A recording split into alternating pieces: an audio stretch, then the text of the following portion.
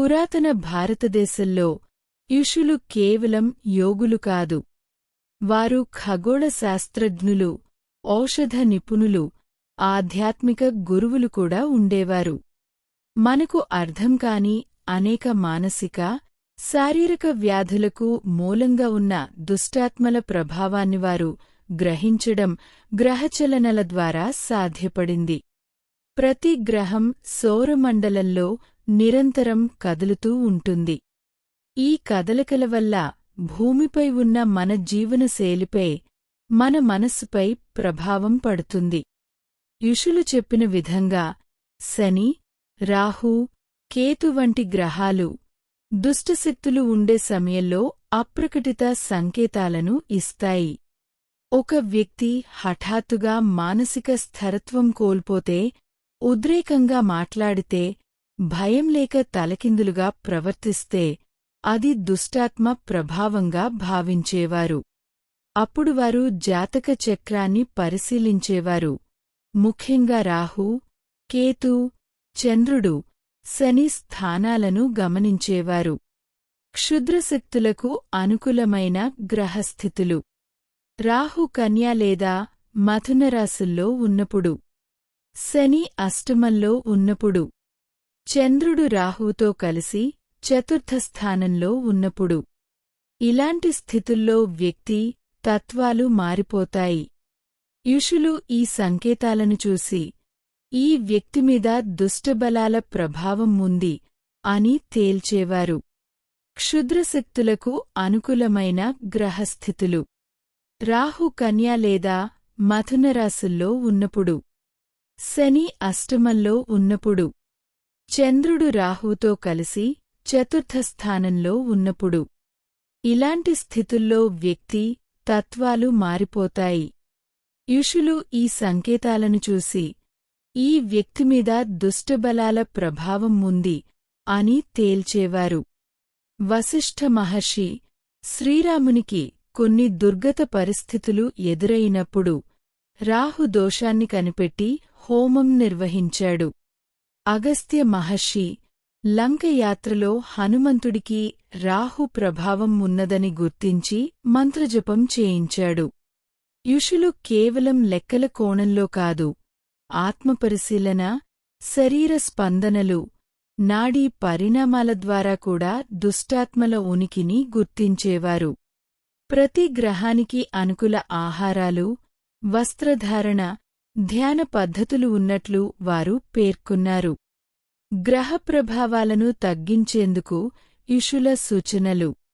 శనివారం నల్ల వస్త్రాలు ధరించడం, అమావాస్య నాడు దీపదానం చేయడం, నవగ్రహ హోమం చేయించడం, బిల్వదళాలతో అభిషేకం, ధూపదీప నైవేద్యంతో పూజ.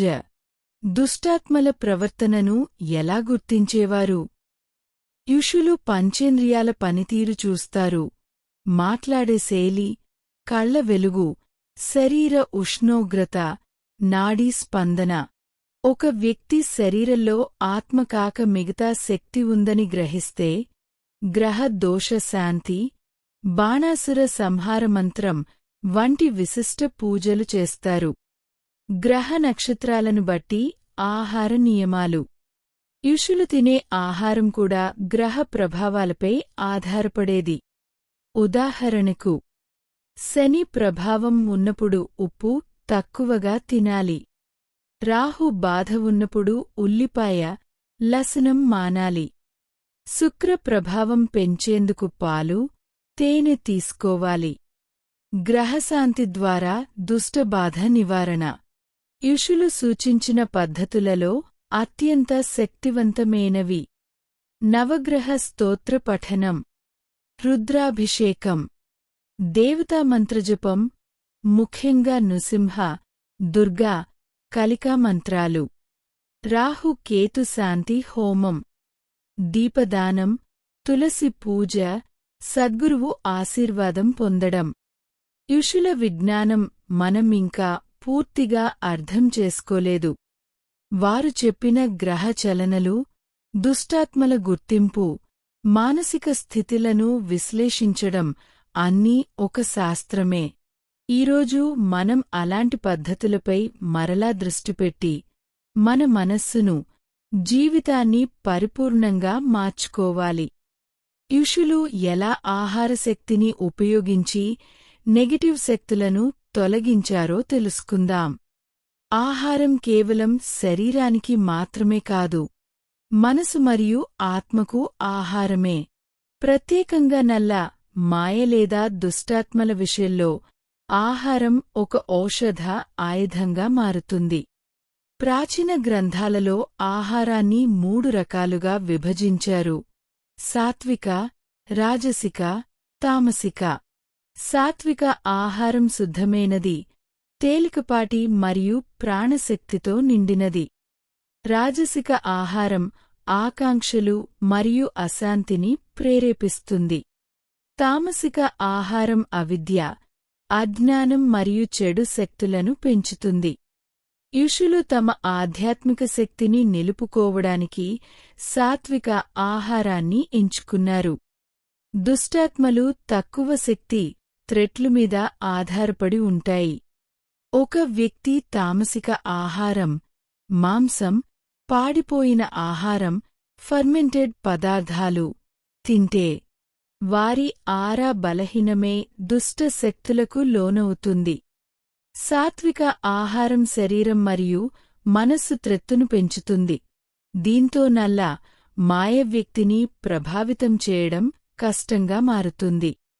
ఋషులు తాజా ఫలాలు, పాలు, నెయ్యి, తేనె మరియు తులసి వంటి ఔషధాలను ఇష్టపడ్డారు. వారు ప్రేమతో మరియు కృతజ్ఞతతో వండిన అన్నం, పప్పు మరియు కాలానుగుణంగా కూరగాయలు తినేవారు. వారు ఉల్లిపాయ మరియు వెల్లుల్లిని నివారించేవారు, ఎందుకంటే అవి రాజసికత మరియు తామసికతను పెంచుతాయి. అనేక పురాతన దేవాలయాలలో మొదట ఆహారాన్ని దేవుడికి నైవేద్యంగా సమర్పించి తర్వాత బాధితుడికి ఇచ్చేవారు. ఈ ప్రసాదం దైవిక శక్తిని కలిగి ఉండేది. కొంతమంది ఋషులు చెడు శక్తిని శరీరంలోనుంచి తొలగించడానికి ప్రత్యేక ఔషధ ఆహారాన్ని ఉపయోగించేవారు.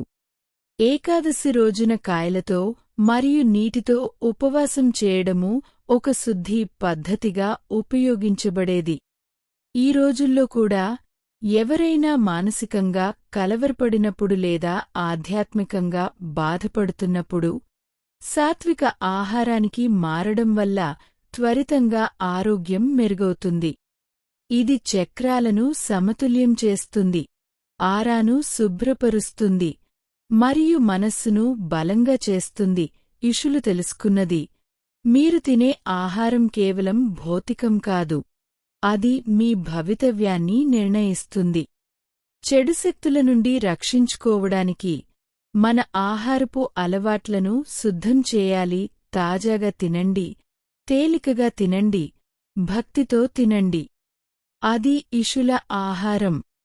ఈ పురాతన జ్ఞానం మీకు నచ్చితే దయచేసి లైక్ చేయండి, షేర్ చేయండి మరియు సబ్స్క్రైబ్ చేయండి.